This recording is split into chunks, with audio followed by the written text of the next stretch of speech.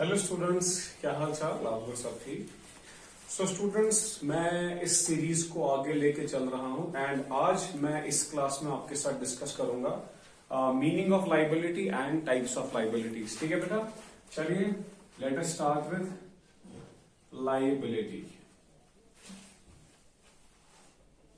देखिए बेटा, liability usually students के दिमाग में होता है कि लाइबिलिटी मीन्स कर्जा, बट कर्जा जो है वो हम लाइबिलिटी में हिंदी में हम लाइबिलिटी को कर्जा कहते हैं या उर्दू में हम लाइबिलिटी को क्या कहते हैं? कर्जा।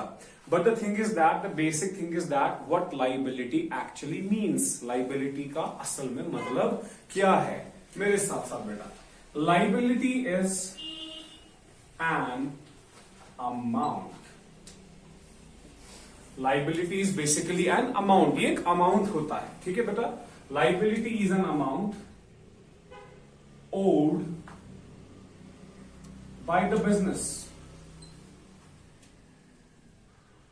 owed by the business, जो कि बिजनेस ओ करता है। एक अमाउंट, जो अमाउंट बिजनेस ओ करता है किसको?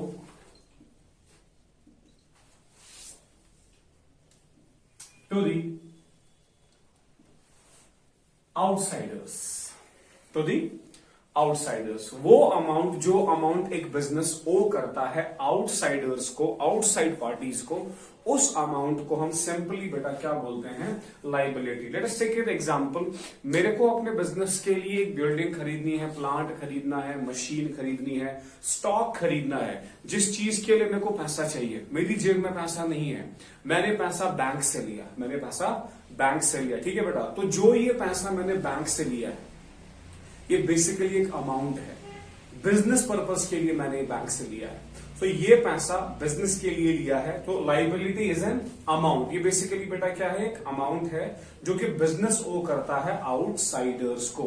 सिंपल से सिंपल मतलब बेटा मैंने बता दिया। बेटा लाइबिलिटी उतना इंपॉर्टेंट हमारे लिए नहीं है जितना इंपॉर्टेंट हमारे लिए है types of liabilities. So moving on two types of liabilities.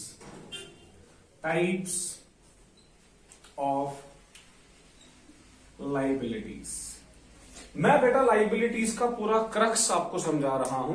जो क्लासिफिकेशन ऑफ लाइबिलिटीज मैं आपको पढ़ाने जा रहा हूं, ये क्लासिफिकेशन आपको बुक पे नहीं मिलेगा।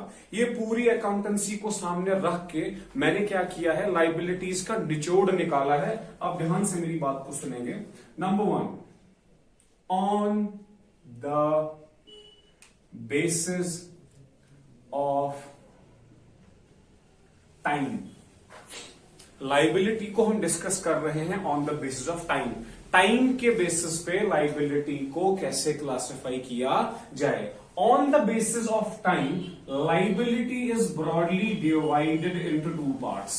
टाइम के बेसिस पे बेटा लाइबिलिटी को 2 पार्ट्स में डिवाइड किया गया है। नंबर 1, शॉर्ट टर्म लाइबिलिटी, जिसको हम एक और नाम से जानते हैं बेटा current liability. Short term liability और current liability. And second is long term liability. Long term liability और लॉन्ग टर्म बोरोइंग्स। आप लॉन्ग टर्म लाइबिलिटी बोलिए या लॉन्ग टर्म बोरोइंग बोलिए, one and the same thing. On the basis of time, liabilities are broadly classified into 2, namely short term liability और current liability, and second one is long term liability और long term borrowings. ध्यान से बेटा मेरी बात को सुनेंगे।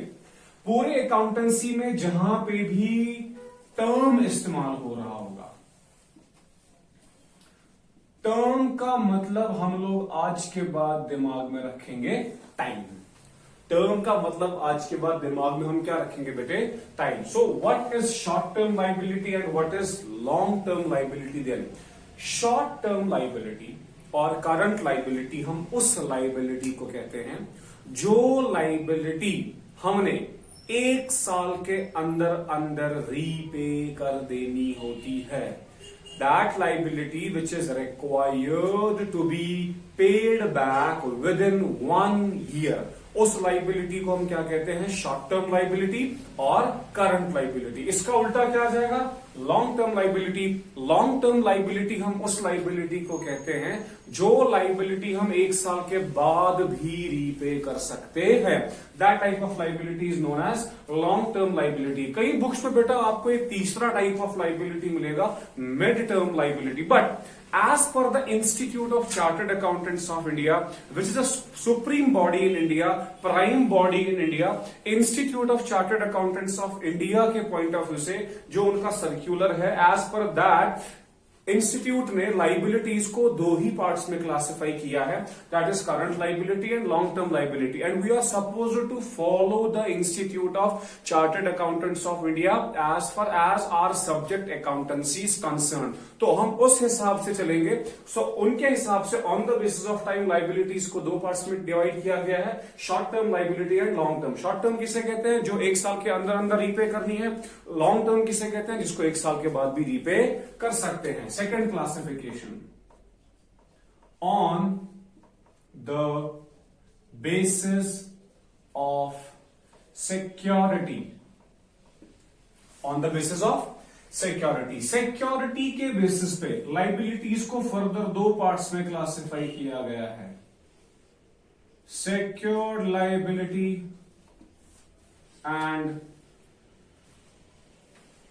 unsecured liability. On the basis of security, liability को once again 2 parts में क्लासिफाई किया गया है बेटा, secured liability and unsecured liability. Now what is secured liability and what is unsecured liability?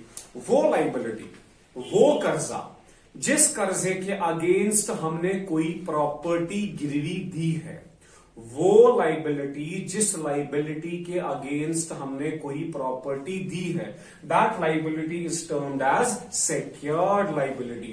And वो लाइबिलिटी जिस लाइबिलिटी के अगेंस्ट हमने कोई प्रॉपर्टी गिरवी नहीं दी है, that liability is known as unsecured liability.